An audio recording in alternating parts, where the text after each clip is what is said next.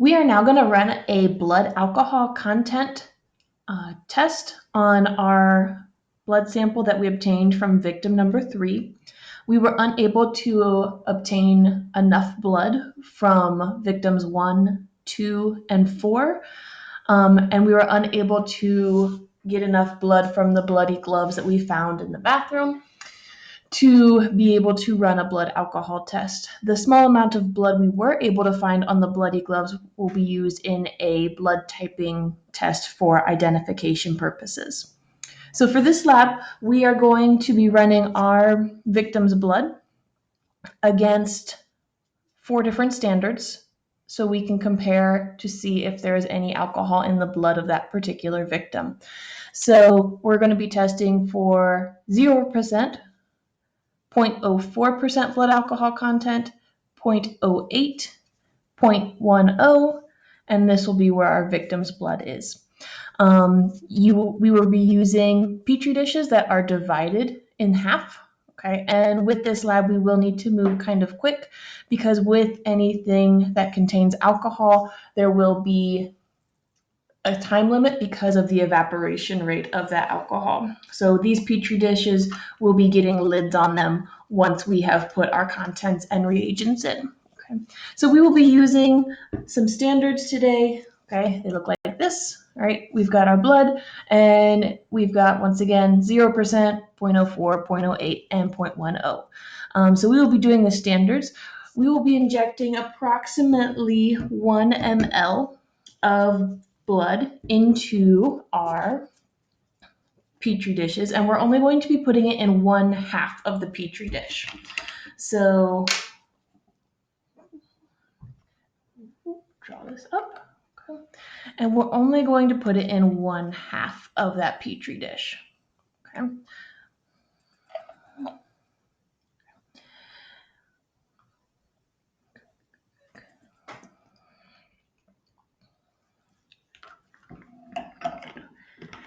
And with these labs, or with this lab in particular, we're going to make sure that we cap each of our standards as well as our victim's blood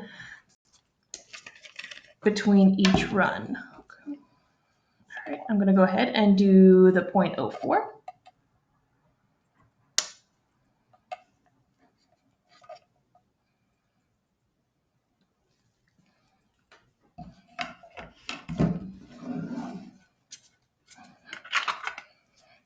Next is our 0.08.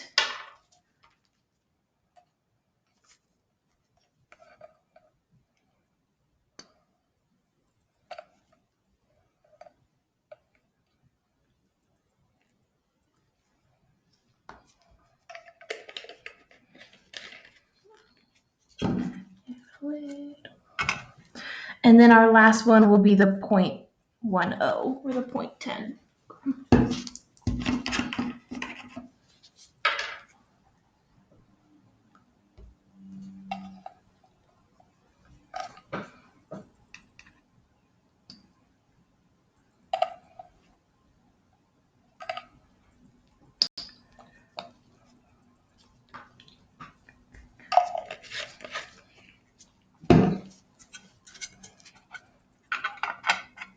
All right. And then once we have put our standards blood in our Petri dish halves, okay, we're also going to go ahead and put our sample that we got from victim number 3. Okay, so make sure that's off.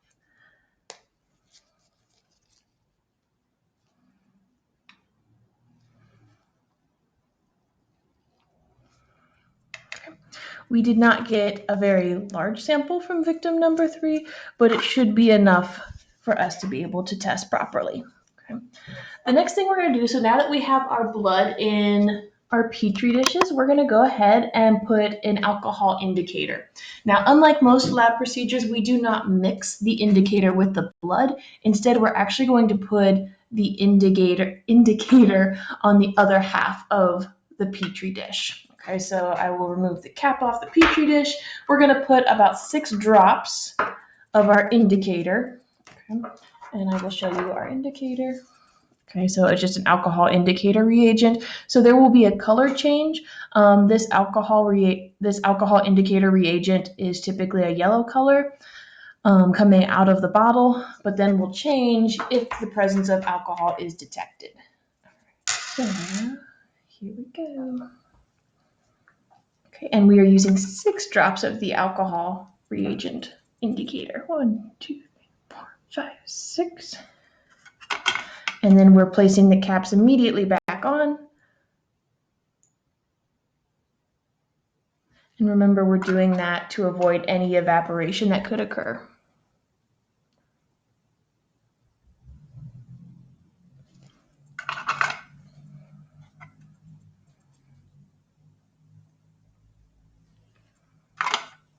And our victims, 1, 2, 3, 4, 5, and 6. All right, at that point, we're gonna make sure our caps are on tight, okay, that there's no extra air escaping. And we're gonna go ahead and make our observation. So right now, it looks pretty standard. 0%, 0.04, 0.08, 0.10, and our victim, there's a little bit of a glare on there. So all of our indicators are very much one of the yellow coloration here. Okay, so we're gonna go ahead. There is a wait time of about 20 minutes, and then we will come back and check our results.